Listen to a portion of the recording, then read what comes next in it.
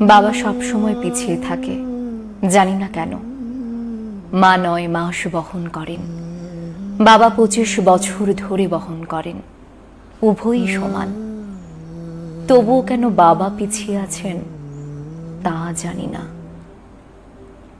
মা বিনা বেতনে সংসার চালায়, বাবা তার সমস্ত বেতন সংসারের জন্য ব্যয় করেন।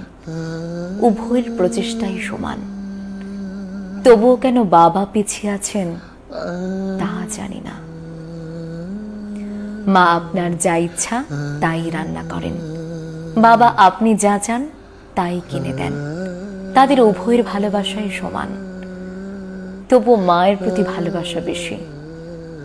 বাবা কেন পিছিয়ে আছেন তা জানি না।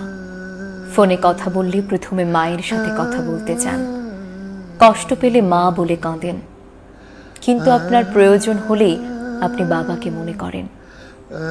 কিন্তু বাবার কি কখনো খারাপ লাগেনি যে আপনি তাকে কেন অন্য সময় মনে করেন না?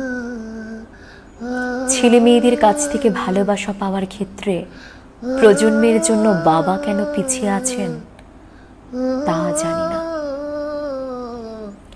আলমারি ভরে যাবে রঙিন শাড়ি আর বাচ্চাদের অনেক জামা কাপড় দিয়ে, কিন্তু বাবার জামা খুব কম। নিজের প্রয়োজনের তোয়াক্কা করেন না, তারপরও জানি না বাবা কেন পিছিয়ে আছেন। মায়ের অনেক সোনার অলংকার আছে, কিন্তু বাবার একটাই আংটি আছে যেটা তার বিয়ের সময় দেয়া হয়েছিল। তবুও মা কম গহনা নিয়ে অভিযোগ করতে পারেন আর বাবা করেন না। তারপরও জানি না কেন বাবা পিছিয়ে।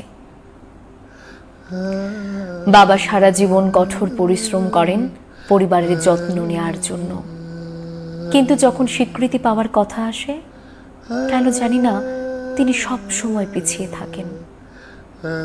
মা বলে, এই মাসে বাচ্চাদের কলেজে টিউশন দিতে হবে, দয়া করে আমার জন্য বেশি কিছু কেনাকাটার প্রয়োজন নেই, একটা শাড়ি কিনলেই চলবে।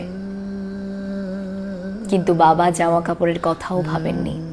দুজনের ভালোবাসাই কিন্তু সমান, তবুও কেন বাবা পিছিয়ে তা জানি না। বাবা মা যখন বুড়ো হয়ে যায় তখন বাচ্চারা বলে, মা ঘরের কাজ দেখাশোনা করার জন্য অত্যন্ত উপকারী, কিন্তু সেই সন্তানই আবার বলে বাবা কিছু। বাবা পেছনে, কারণ তিনি পরিবারের মেরুদণ্ড, আর আমাদের মেরুদণ্ড তো আমাদের শরীরের পেছনেই থাকে, তাই না?